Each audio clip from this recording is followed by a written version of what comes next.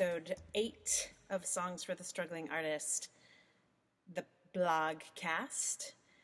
The way I've been working this out is that I do a little chitty chat here at the beginning, then I read you a blog entry from my blog, Songs for the Struggling Artist, and then sometimes I give you a little chitty chat at the end too, if I'm feeling it. We'll see what happens today.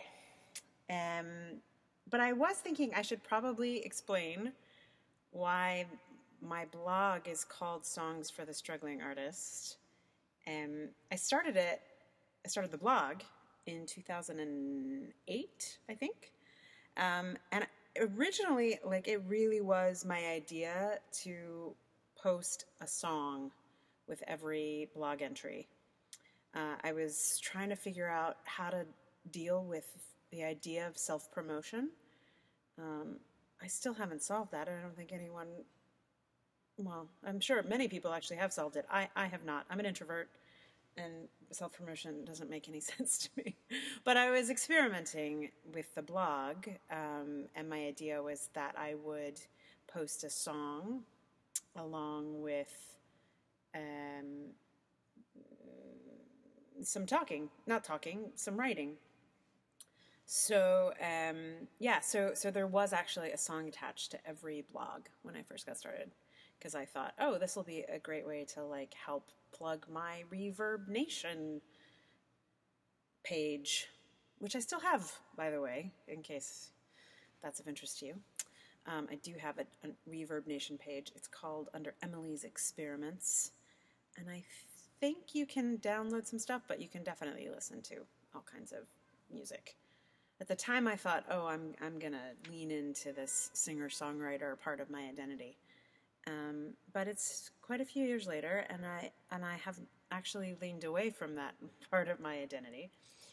I still got it in me, and I still occasionally will write songs for babies, especially when my friends have had babies. I have been writing the occasional lullaby. So it's funny that the blog has been more successful than the idea of the songs, but the title remains. And I figure songs can be metaphoric as well as literal. So anyway, that's the backstory of the blog. And the blog has been going, for a little while now, and has certainly had more success than anything else I've ever done. We're currently coming up on 27,000 views, which that's a lot of people, or views. Maybe it's just one person viewing it 27,000 times. I don't think that's the case. In fact, I know it is not the case. But it would be funny if someone just there, click, click, click, click, click, click, click. But I know that is not in fact the case. So that's kind of wild. You never know. Your artist life can take you in many directions. So I'm going to read to you a blog that I was actually going to skip. It's a little more personal than a lot of the ones that I've usually do. Usually I'm all about the artist issues or the feminist issues or the kind of those two things generally. And this one ended up being a little more personal. I didn't post it for a year on the blog, and I was going to just skip it on the blogcast. But then a friend of mine from college commented on it on the blog, and it was really sweet, and I thought, yeah, why not? I'll record it for you.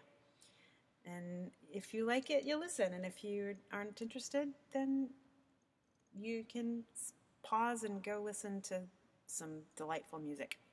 I will say, though, that given all of this talk about the origins of the blog, that I have decided to include a song at the end. So the Songs for the Struggling Artist blogcast is going to come back around and actually include some of the initial impulse of the creation of the blog, which is also funny because I have actually been using little clips of songs of mine throughout. So I think I may come back to adding a little bit of music as we go. I've been already sneaking it in, so here you go. Anyway, this blog is called Thank You for Your Smile.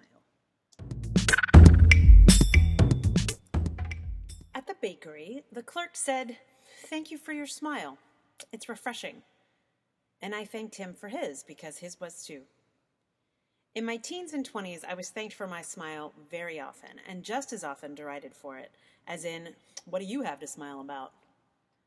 I hadn't been smiling quite so much in the last 10 years. I'm a smiler, generally, but I think the wattage of those smiles had been quite seriously diminished by the previous decade. Having a full-on smile exchange at the bakery made me realize how different those smiles had become. I had not been thanked for a smile in some time. Something shifted back into place recently, something that allowed me to smile the way I used to, with all the shine behind it. I suspect that the catalyst for this was, weirdly, my college reunion. In college, I was a pretty sunny kid. I strained against my super hip, uber cool campus because I wanted to be around other sunny people and have some fun. Fun wasn't really on the menu much where I went to school, but I found ways to make fun, and I was pretty confident that I could do anything I put my mind to, especially if I smiled while I did it. But life can kick a person around, particularly a person who chooses to go into the arts, maybe especially if one goes into the arts in New York City. But it wasn't New York City that kicked the smiling out of me. It was graduate school in sunny California.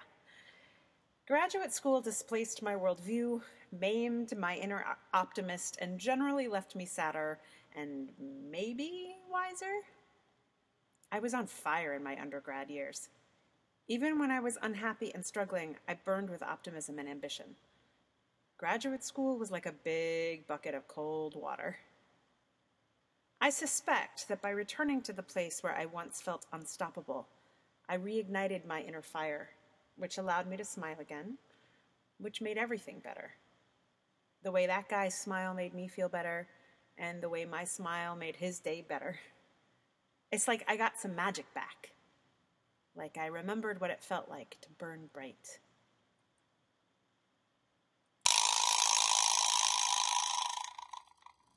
So that is the good news, the upside, the upswing, the return of optimism. So I thought I'd play you actually a song from the other end of that spectrum, just in case that's just too sunny for you. Um, I, I thought I'd put on this here podcast a song that I'm pretty sure I really didn't play for more than one person. I think one person heard it, if that could be two. It's either there's only two people I probably would have played it for. Anyway, but I'm gonna just throw it on here, partly because it's so now it actually feels far gone. At the time, it felt too present, like too hot a little bit to play for anybody. But now I feel like, oh, it's all right. Like I came through the other side of that. So yeah, I'm just gonna throw that on here at the end of the podcast, and you can know that it turned out okay. So, and also I think going to go back to my little college reunion. You can kind of go every year. So some friends are going to the dinner and dancing portion this weekend. So I think I'm just going to check back in because, it seemed to do some good for me last time I went. So anyway, here is a song that is called Faith, Grace. Faith, Grace. Yeah, it's not a great recording, but it was what was going on while I was in grad school. Enjoy.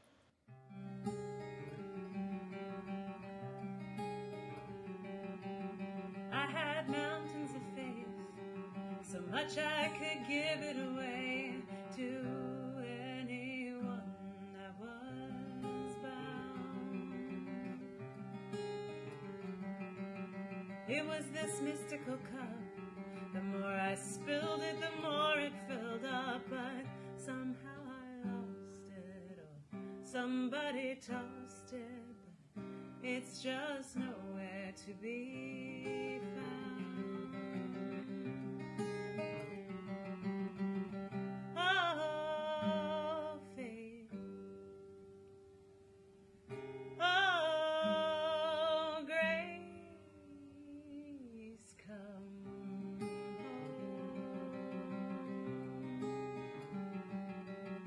I know there was a time, the image is still in my mind, when hope rose like a flame. For those that sat in the dark, I could give them a spark, so we could share it and somehow bear it when all those difficulties came. Oh, babe. Oh, grace, come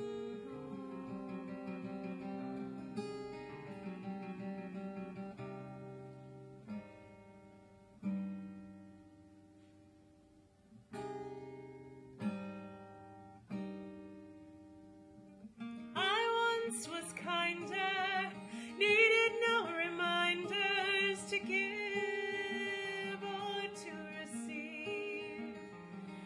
Now it's work to be grateful, or see my plate full instead of all I need. There are shadows of grace behind everyone's face that I have trouble seeing now.